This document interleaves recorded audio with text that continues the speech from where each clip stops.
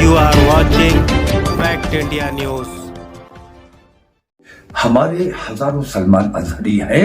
अगर भारतीय जनता पार्टी को हराना चाहते हो, अगर ईडी और सीबीआई से अपने आप को बचाना चाहते हो, कांग्रेस ने अभी कर्नाटक के चुनाव में कहा था कि हमारी सरकार आएगी तो हम बजरंग दल पर पाबंदी लगाएंगे। तुम तमाम के तमाम बेईमान हो, गद्दार हो, झूठे हो कि 24 तारीख के बाद हमारे इत्तेहाद का ऐलान होने जा रहा है। अभी हालिया दिनों में मौलाना मुफ्ती मोतियुर रहमान साहब, जो एक नाम है, मशहूर नाम है उलमा की फहरिस्त में, उन्होंने कलमा की बुनियाद पर एक होने की दावत दी है और बरसरे मिंबर उलमा और अवाम की मौजूदगी में ये बात कही। हालांकि ये बात आप बहुत पहले से कह रहे हैं। आपने कहा तो आप पर जो है वो फतवा लगा दिया गया, देवबंद जाने को लेकर एतराज़ किए गए। अब खुद उलमा ये बात कह रहे हैं। नहीं, असल मसला ये है कि मैंने जो कुछ भी कहा, जो कुछ भी किया, मुझे लगता है कि मैंने क़ब्ल वक्त किया था। लोगों की वो बातें समझ में नहीं है जी। दोनों तरफ के लोगों ने अपने नफे और नुकसान में उसको तोलने की कोशिश की जी। अगर उस वक्त मेरी बात समझ ली होती तो मुल्क के जो मौजूदा हालात हैं जी, ये हालात ना बने होते। तो असल मसला यह है, मैंने बारहा इस बात को कहा है कि अल्लाह ने जो समझ, जो नज़र मुझे अता की है, वो हमारे उलमा इकराम को, हमारी अवाम को वो समझ अल्लाह तबारक तआला अता फरमाए।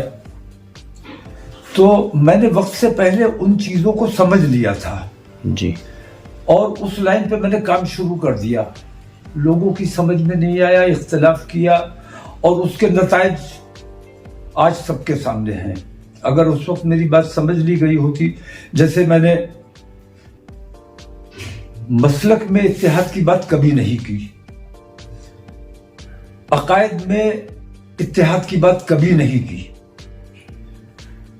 मुसलमान समझे जाने वाले तमाम लोग, जिन्हें हिंदूवादी संगठन मुसलमान समझते हैं, जिन्हें हिंदूवादी पार्टियां मुसलमान समझती हैं, जिन्हें इस्लाम दुश्मन ताकतें मुसलमान समझती हैं, ऐसे मुसलमान समझे जाने वाले तमाम लोगों को मुत्तहिद होकर इस बेईमानी की लड़ाई को लड़ना चाहिए। ऐसा नहीं है कि हम लड़ाई लड़ने में कहीं कमजोर हैं, लेकिन हमने ये देखा कि पहले उन्होंने उन लोगों को दबाने की कोशिश की और असफिया की तरफ उन्होंने बिल्कुल तवज्जो नहीं दी और खुली छूट दी।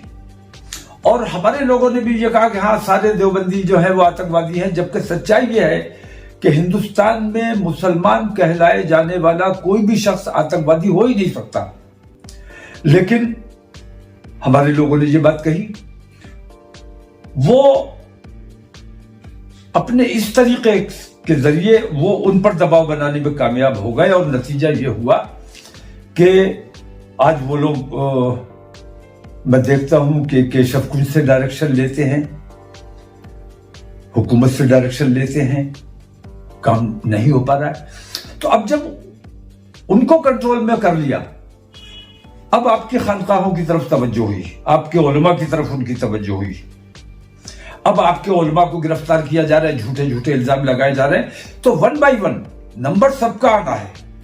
इन चीजों को हमने महसूस करके मुहिम उस वक्त चलाई थी, अब से 20-22 साल पहले, लेकिन उसको नहीं समझा गया। मैंने जैसे मोबाइल के खिलाफ मुहिम चलाई थी, 12-15 साल इस बात को भी हो गए।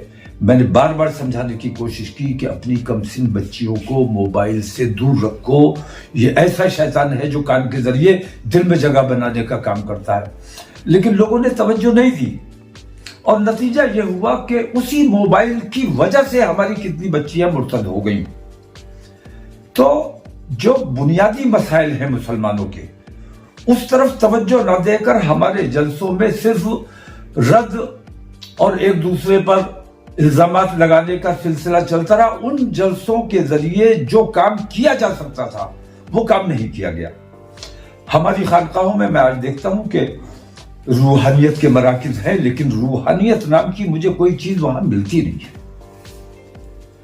तो इन लोगों को अपनी तमाम चीजों पर अपनी हर महरूमी, हर नाकामी का इल्जाम बीजेपी पर लगा देना, आरएसएस पर लगा देना, ये मुझे ठीक नहीं लगता।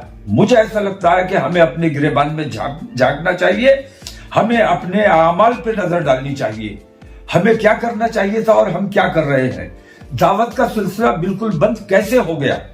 अगर दावत का सिलसिला जारी रहता तो मैं समझता हूं कि ये जो दूरियां और ये खला जो पैदा हुआ है ये ना होता।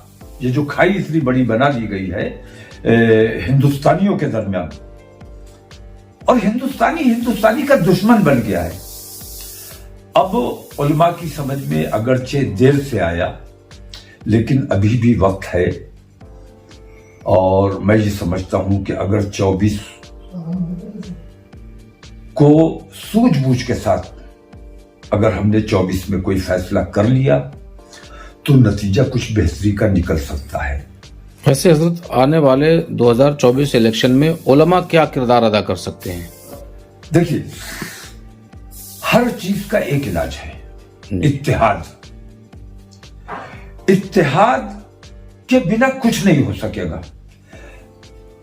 हिंदुस्तान की सबसे बड़ी ताकत मुसलमान है।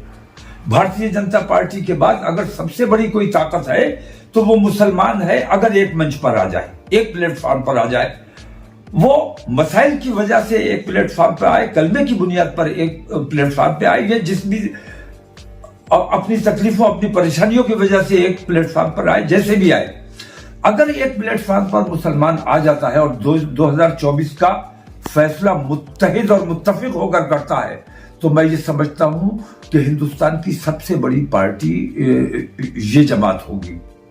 हमारी कोशिश है कि मुसलमानों को मुत्तहिद करके, और इसके साथ हमारी दलितों में भी काम चल रहा है, SC, ST, OBC और दीगर जो माइनॉरिटीज हैं और ट्राइबल्स हैं, इन लोगों से बातचीत चल रही है। इंशाल्लाह 24 तारीख को हमारी मीटिंग है इस सिलसिले में, और उसमें ये फैसला किया जाएगा।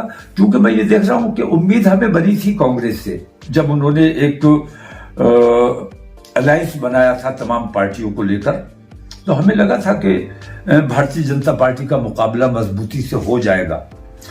लेकिन कांग्रेस की गलत पॉलिसी की वजह से वो तमाम अलायंस इंडिया को बिखेरने का काम किया, ताश के पत्तों की तरह बिखर गए वो तमाम। तो अब मैं समझता हूं कि कांग्रेस, अगर मुस्लिम माइनस करके देखा जाए तो कांग्रेस के पास अपना कोई वोट बैंक नहीं है। समाजवादी को मुस्लिम माइनस करके देखिए, उनका अपना क्या है। उनका यादव मैं देखता हूं भारतीय जनता पार्टी के साथ खड़ा होता है, जाटव भारतीय जनता पार्टी के साथ खड़ा होता है। तो ये तमाम लोग मोहताज हैं मुसलमानों के, लेकिन मुसलमानों के माथे पर मोहताजी का टैग लगा दिया गया है कि मुसलमान मोहताज है, जाएगा कहां? अगर बीजेपी को उसे हराना है तो हमारे साथ आएगा। ये मोहताजी का टैग हमें अपने माथे से हटाना है, और इसके लिए ये जरूरी है कि तमाम मुसलमान समझे जाने वाले लोग एक प्लेटफॉर्म पर जमा हो और इन फिरका परस्त ताकतों का मुकाबला करें। और फिरका परस्ती का मुकाबला करने से पहले हमें उन सेकुलरिस्टों को दावत देनी है। वो तमाम लोग जो सेकुलरिज्म के नाम पर मुसलमानों का वोट हासिल करते हैं, उन तमाम को दावत देनी है कि आज तक हमने आपका झंडा उठाया है, आज हमने अपना मुत्तहिदा महाज बना लिया है, हमारे साथ मुसलमान एक प्लेटफॉर्म पर हैं, हमारे साथ दलित हैं, हमारे साथ ट्राइबल्स हैं, और अब तक हमने आपका साथ दिया, अब आप हमारे साथ आइए, अपनी बताइए कि आपकी क्या पहचान है, आपकी क्या औकात है। हमारे पास कम से कम अल्हम्दुलिल्लाह 20 करोड़ मुसलमान एक प्लेटफॉर्म पर इंशाल्लाह इस चुनाव में आएगा, और उसके साथ ये दलित वगैरह अगर शामिल हो जाते हैं और दीगर माइनॉरिटीज शामिल हो जाती हैं तो हम 40 से 45 करोड़ तक पहुंचते हैं, और इतनी बड़ी तादाद किसी पार्टी के पास, किसी दूसरी जमात के पास है ही नहीं। तो अगर भारतीय जनता पार्टी को हराना है तो मुसलमानों से दामन बचाने वालों, ये समझ लो कि तुम देश का नुकसान कर रहे हो, मुसलमानों का नुकसान नहीं कर रहे हो, मुसलमानों को हकीर नहीं समझ रहे हो, तुम अपने मुल्क का नुकसान करने का काम कर रहे हो। नरेंद्र मोदी और इनकी पार्टी को सत्ता से अगर बेदखल करना है तो मुसलमानों को हिस्सेदारी देना पड़ेगी, क्योंकि तुम तमाम को हमने आजमाया है, तुम तमाम के तमाम बेईमान हो, गद्दार हो, झूठे हो। कांग्रेस ने अभी कर्नाटक के चुनाव में कहा था कि हमारी सरकार आएगी तो हम बजरंग दल पर पाबंदी लगाएंगे, लेकिन सरकार बनने के बाद वो अपने इस वादे से मुकर गए। और हमने उनके ऐसे कितने वादे देखे हैं, हमने तमाम लोगों को आजमाया है। हम असल में ईमानदार लोग हैं, हमारे साथ खड़े होंगे तो ईमानदारी का काम होगा, इंसाफ का काम होगा और सबके साथ बराबरी का सलूक किया जाएगा। तो तमाम पार्टियों को मैं दावत देता हूं कि 24 तारीख के बाद हमारे इत्तेहाद का ऐलान होने जा रहा है और तमाम पार्टियों को खुली दावत है कि अगर भारतीय जनता पार्टी को हराना चाहते हो, अगर ईडी और सीबीआई से अपने आप को बचाना चाहते हो, तो तुम्हें हमारे परचम तले आना पड़ेगा। इसके अलावा तुम्हारे पास कोई रास्ता नहीं है। वैसे हजरत अभी मुफ्ती सलमान अज़हरी को 2 दिन पहले यानी लगभग 17 या 18 को कोर्ट में पेशी भी नहीं हो पाई और उन्हें साबरमती जेल भेज दिया गया। तो जिस पर सियासी हलकों में ये बात घूम रही है कि जो भी मुसलमानों को यकजा करने की कोशिश करेगा उसको इसी तरह से जेल में ठूंस दिया जाएगा। तो इन चीजों से खौफजदा होने की कोई जरूरत नहीं है। हमारे हजारों सलमान अज़हरी हैं जिनके दिल में जज्बा है अपने कौम और अपने मुल्क के लिए कुर्बानी देने का, और कुर्बानी देने का वक्त है। अगर कुर्बानी नहीं दी जाए, मैं तो अल्लाह एक बात कहता हूं कि हम अपने माल की हिफाजत के लिए, और हुक्म है हमें कि अपने माल में से ज़कात निकालो।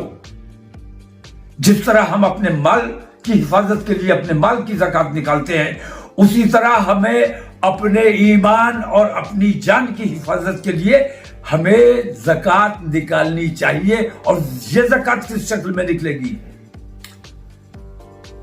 जान का सदका माल है, लेकिन ईमान का सदका जान है। अगर हम ये 2%, 2.5% ज़कात निकालने के लिए अपने आप को तैयार कर ले तो इंशाअल्लाह हमारा मुकाबला करने वाला इस दुनिया में पैदा नहीं होगा। शुक्रिया। हमारे चैनल को सब्सक्राइब करें, वीडियो को लाइक और शेयर करें, बेल आइकन बटन जरूर प्रेस करें ताकि इस तरह की हर खबर आप तक पहुंचती रहे।